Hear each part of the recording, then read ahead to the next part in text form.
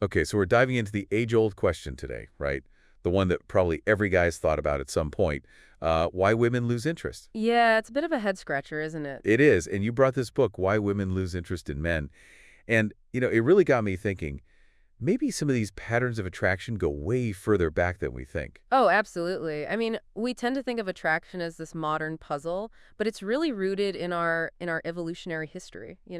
You're saying those cavemen, they were dealing with some of the same attraction issues that we are. I think so. Yeah, when you think about it back then, survival was paramount, right? So, a woman would naturally be drawn to a man who projected strength, someone confident, someone who could protect her, protect their potential offspring, right? Deep-seated instincts. So it wasn't just about, like, looking tough. Confidence was, like, a sign that you had survival skills back then. Exactly. It signaled good genes, resourcefulness, the ability to survive in a pretty dangerous world. Those qualities were, and I'd argue still are, super attractive. I guess that explains why we're still drawn to people who seem confident, capable, like that. It's like our brains are wired to look for those traits. Yeah, those ancient instincts, they still kind of whisper to us, even in our modern world. It's really quite fascinating. But, it's not all about survival instincts, right? This book also talks about humor being a big factor in attraction. Oh, for sure. Humor is a powerful tool, especially in tough times. A shared laugh can just instantly create a connection, break down those barriers, and really just signal compatibility? It's like that feeling when you meet someone and you just click humor-wise.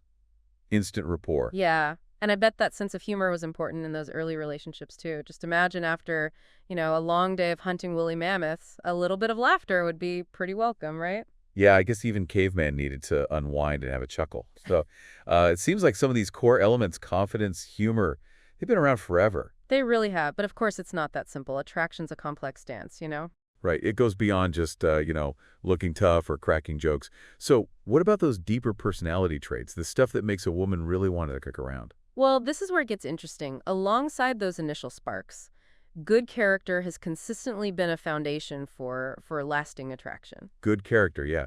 Okay, but what does that even mean? Good character. It feels like that's probably changed a lot over time. Oh, of course it's evolved, but the core principles, they're surprisingly consistent. Imagine those early tribal communities, right?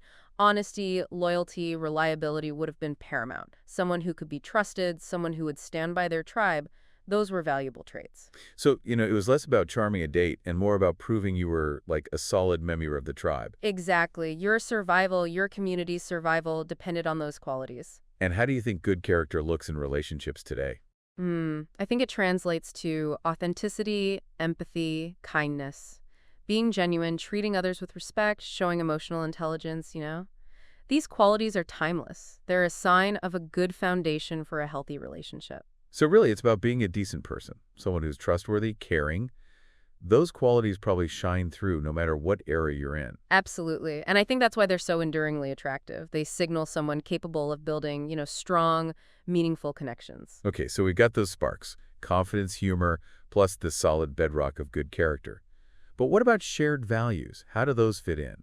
Shared values are key. They reveal what people truly prioritize in a partner, right? And this is where we see interesting changes over time. In early societies, shared values were often about family, community, fitting into that existing social structure. So less about finding your soulmate and more about finding someone who would help your family thrive within the tribe. Exactly. Compatibility was judged on practical things. Could you work together? Raise children? Contribute to the community? Individual desires, they often took a back seat. Yeah, makes sense. Survival was a team effort. Needed someone who could pull their weight, right? Right. But as societies became more individualistic, those shared values started to include personal beliefs, interests, aspirations, all of that. Compatibility became about aligning on those deeper levels. So instead of can we build a hut together, it became do we have the same dreams, same goals for life? Yes. And today, shared values are even more about finding someone who complements your own personal journey, supporting each other's growth, navigating life's challenges together. So less about fitting a mold, more about aligning on values and aspirations. Exactly. And that kind of alignment can be incredibly powerful. Now, there's one more element of attraction that I'm curious about, mystery. What role has that played in sparking interest, like historically versus now? Ah, mystery. It's so interesting, right? It's a universal element of attraction. Even though how it's created and seen has changed so much over time, in those eras of formal courtship, mystery was almost built in. You mean all those elaborate rituals, chaperone dates, carefully worded letters. It sounds like a period drama. It's true. All that formality created this sense of distance, intrigue, playing hard to get wasn't even a strategy. It was just how things were done. So mystery was just like a byproduct of the social structure. People had to reveal themselves slowly. Exactly. And then contrast that with modern dating. Instant communication, social media profiles, everything's out in the open. So it's like we're trying to recreate that sense of mystery in a world where it's much harder to maintain. Yeah, you see it with like the whole playing it cool thing, waiting to text back, being aloof online, creating a kind of digital veil. But even with all this information at our fingertips, that allure of mystery still holds some power, doesn't it? Oh, it does. There's just something about that gradual unveiling, that anticipation, keeps us engaged. Okay, so we've talked about those initial sparks, good character, shared value, that touch of mystery. But even with all of that, interest can fade over time.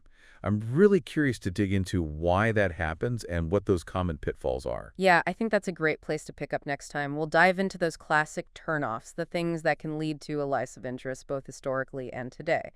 So, we talked about what sparks that initial attraction, but let's be real, sometimes that interest just fades away. It's true, it happens. And this book dives into some of those classic turnoffs, the things that make a woman lose interest. So I'm wondering, yeah, have those turnoffs really changed that much over time, or are we still making the same mistakes? It's fascinating, actually. Some of these pitfalls, they keep popping up throughout history, even if they look a little different now. Okay, so let's talk about those relationship landmines. Where do we even begin? Well, let's start with emotional unavailability. It's a classic interest killer. Always has been. But how it shows up, that's definitely evolved. Okay, so paint us a picture. What did emotional unavailability look like back in the day? Like, those stoic, strong, silent type eras. Well, back then, being emotionally restrained, that was often seen as a virtue, especially for men. Think of the classic knight in shining armor, right? Strong, brave, but not exactly the type to pour his heart out. So, like, opening up emotionally was almost seen as weak back then. Yeah, vulnerability wasn't exactly celebrated. It was all about keeping those emotions in check, especially for men. And how does that translate to today? Is emotional unavailability still a problem? Oh, absolutely. But it often looks different. Instead of stoicism, it might be more like emotional illiteracy, a lack of awareness, or maybe just not understanding their own emotions, difficulty expressing them in a healthy way. So less about being closed off, more about not having the skills to deal with emotions. Exactly. And that can be really frustrating for someone who wants that emotional connection, open communication. It's like they're speaking different languages emotionally. Yeah, if someone can't or won't meet you on that level, emotionally, it creates a huge gap, right? Huge. It can make a woman feel unseen, unheard, like her emotional needs just don't matter. So emotional unavailability, whether it's that old school stoicism or this emotional illiteracy, it's a surefire way to kill the spark. It really is. If you want to keep a woman interested, you got to be willing to open up, be present, engage on that emotional level. Okay, so we've got emotional unavailability. What's another one of those pitfalls, those things that could really send a relationship downhill? Communication breakdowns, another classic. And with the way we communicate changing so much, this one's really evolved. All right, take us back in time. How did communication breakdowns happen back in the day? With love letters and telegrams and all that. Oh, it was all about the wait, the agonizing wait, a delayed letter, a misinterpreted phrase, weeks of silence. Those were the communication struggles back then. It's like the ultimate slow burn. And, in a way, it's kind of romantic, that anticipation, the carefully chosen words. Oh, it had its charm, for sure. But those breakdowns could be brutal. Okay, fast forward to now. How do communication breakdowns look different in our world of instant messages and, like, constant notifications? Well, now we've got a whole new set of issues. Think about texting misunderstandings, the dreaded scene receipts with no reply, or the worst of all, ghosting. Ghosting, it's like they just vanished into thin air.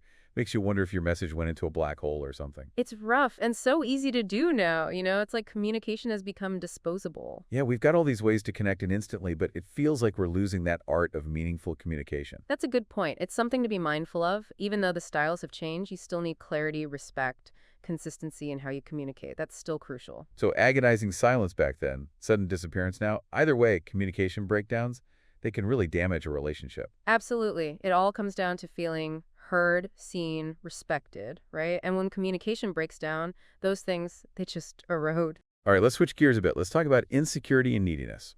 How has that shown up in men throughout history? It's interesting to see how this one is shifted. In traditional societies, where men were defined by being providers and protectors, insecurity might have shown up as dependence on a woman for social status or support at home. So back then, a man might feel insecure if he couldn't be that provider, leading him to, like, rely too heavily on his wife's connections or skills. Exactly. It was about that threat to masculinity, the fear of not living up to expectations. And how does insecurity and neediness play out in men today? Today, it often takes the form of validation seeking, especially on social media. It's that constant need for reassurance, compliments, likes, attention, all to feel good about themselves. So less about practical support, more about needing constant emotional validation, often from, like, outside sources. Right. It's that hunger for approval from others. And it can be exhausting for the other person in the relationship. Makes sense.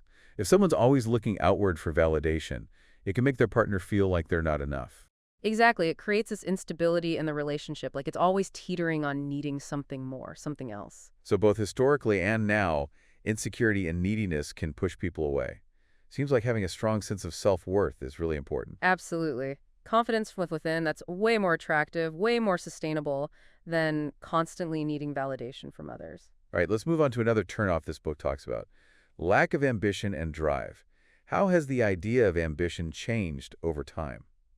And how does it affect attraction? This one's interesting. The definition of ambition has really shifted over the centuries. In earlier times, it was tied to a man's ability to provide. Think hunter-gatherer societies. Ambition meant being a skilled hunter, bringing home food, making sure your family survived. So back then, no ambition, that was a big red flag. Like, this guy can't even catch a mammoth. Next. Pretty much. It showed you couldn't fulfill that basic role, protector and provider. And as societies got more complex, how did that idea of ambition change? Well, as we moved away from survival-based economies, ambition started to include things like moving up in society, career success, money, status. So instead of bringing home a mammoth, it became about bringing home the bacon, so to speak. Exactly. Ambition got tied to social and economic success. And what about now? Has the definition of ambition changed again? I think so, yeah. Today, it's more individual. Career success is still part of it, but it can also mean pursuing your passions, creative stuff, making a difference in the world, having purpose, direction.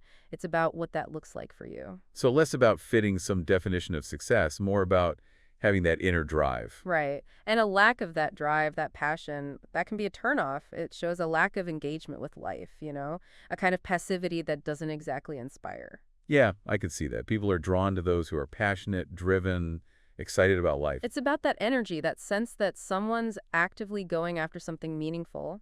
That's attractive. So even though how we show ambition might have changed, that underlying drive, that desire to achieve something, that seems to be a constant in what we find attractive. Absolutely. It's about that spark, and that spark is contagious. All right, let's talk about a turnoff that probably needs no introduction. Dishonesty, lack of integrity, I mean, that one seems obvious. But how has the concept of dishonesty evolved over time? Well, dishonesty has always been a deal breaker. But the ways it shows up and what happens because of it, that's definitely shifted. In the past, it was judged by a strict moral code, often tied to religion or community values. So breaking promises, betraying your community, violating those social or religious rules, those were serious offenses. Very serious. And there were consequences. You could be ostracized, isolated, even face violence in some cases, trust in your reputation. Those were everything. Makes sense. Your survival depended on your community, so upholding those values was key. Right. But these days, even though honesty is still important, dishonesty can be more subtle, even sneaky. Okay, so how does dishonesty play out in our life today? Well, think about online dating profiles. Exaggerations, misleading pictures, even totally fake identities. It happens more than you'd think. The digital age of deception, huh? I guess it's easy to stretch the truth when you're hiding behind a screen. It is, and even face-to-face, dishonesty can be subtle.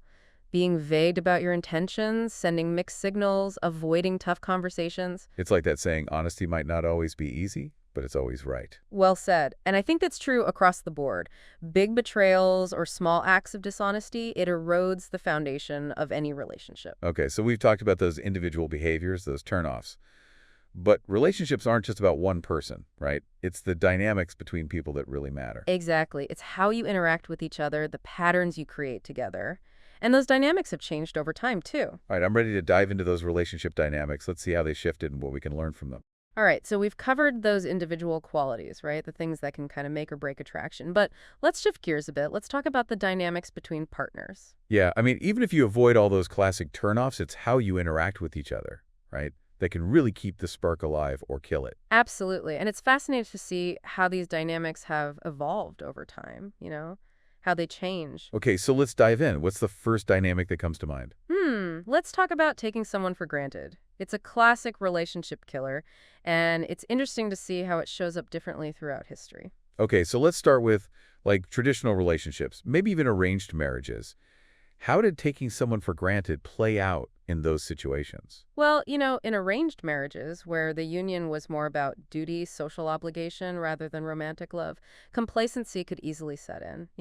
A husband might neglect his wife's needs, her contributions, assuming she was committed no matter what because of that social contract. So almost like the structure of the marriage itself could lead to taking the other person for granted. Exactly. There might have been less emphasis on actively nurturing the romantic connection. The relationship was seen as a practical partnership first. That makes sense. So how does that translate to relationships today?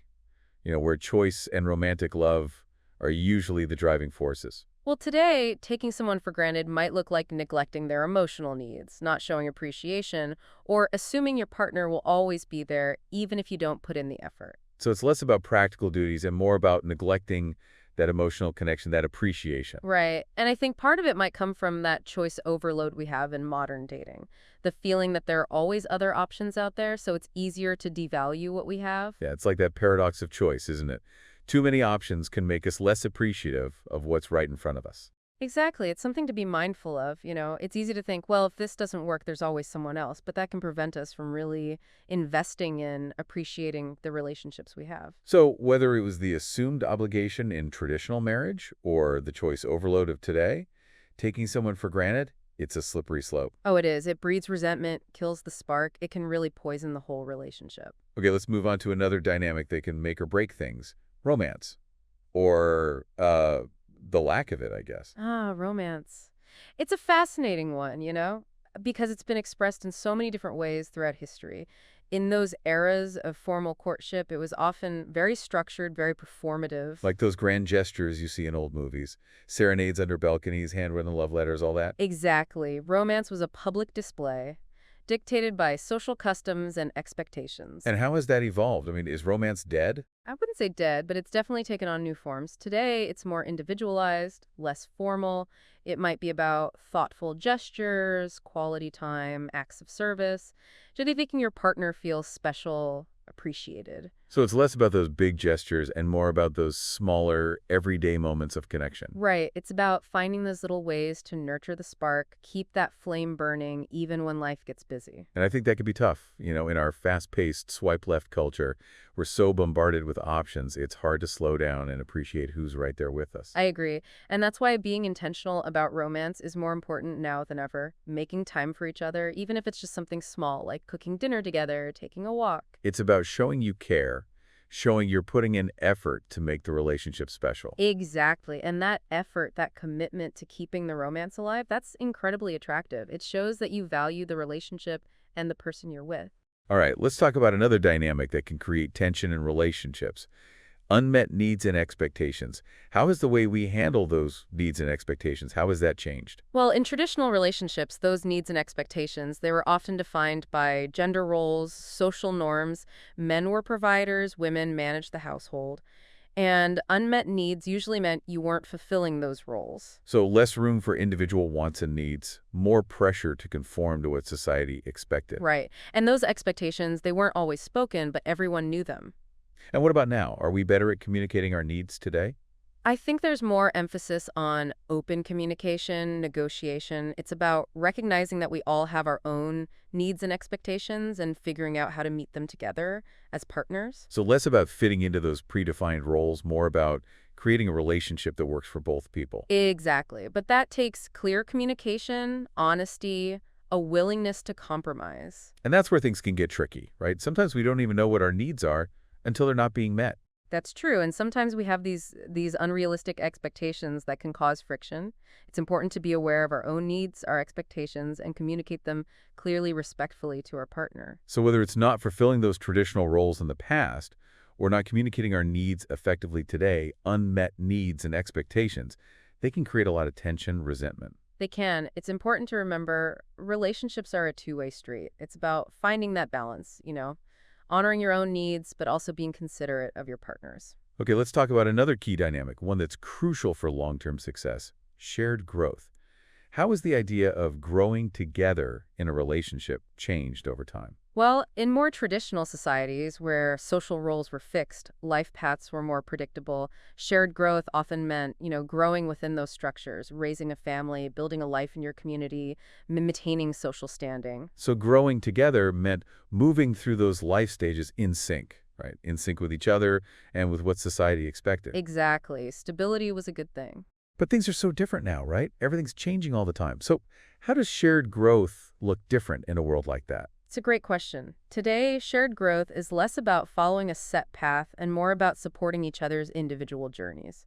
Embracing change, adapting to new challenges, evolving as individuals, but within the relationship.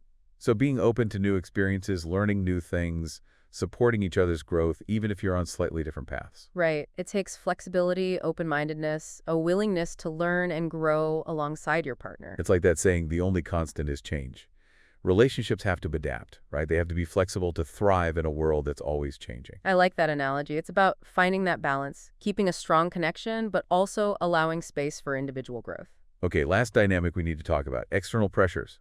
How have those changed over time? And how do they affect relationships today? Well, in the past, those pressures often came from families, social norms, community values, family approval mattered, social standing, fitting into those traditional gender roles. All of that shaped relationships. So the community had a much bigger say in who you were supposed to be with and how you were supposed to act in the relationship. Exactly. And going against those norms, that could have serious consequences. And what about today? Where do those external pressures come from now? Well, social media has a huge influence now. Plus, broader cultural trends. We're constantly seeing these images of perfect couples, perfect lifestyles, unrealistic expectations. Like everyone's trying to live up to this impossible standard, #relationship goals. Yeah. And that can create a lot of pressure, insecurity in relationships. It's easy to compare and feel like you're not good enough. So community expectations in the past, social media pressures now, these outside forces can put a real strain on relationships. They really can, so it's important to be aware of them and to focus on building a strong foundation within the relationship itself, creating a space where you can connect with your partner, on a deeper level without all that outside judgment and expectation. Finding that shared sense of purpose, that connection that can get you through anything. Exactly. Well, we've covered a lot today. We've explored all these reasons why women might lose interest, historically and today. And it's clear, relationships are complex. There's no easy answer. But I think we've gained some valuable insights into how attraction works, those dynamics. I think so too. And what really stands out to me is this. The world of relationships has changed so much, but those core principles, those things that create attraction and connection, they're still the same. It's like honesty, respect, emotional intelligence, genuine effort. Those never go out of style. You got it. And, we've had a great discussion, touched on some important points, but this book, it goes even deeper. Yeah, if you're really interested in exploring those nuances of attraction, how it's played out throughout time, we definitely recommend checking out Why Women Lose Interest in Men. It's a fascinating read, packed with stories and insights that might change how you think about relationships. Happy reading, everyone.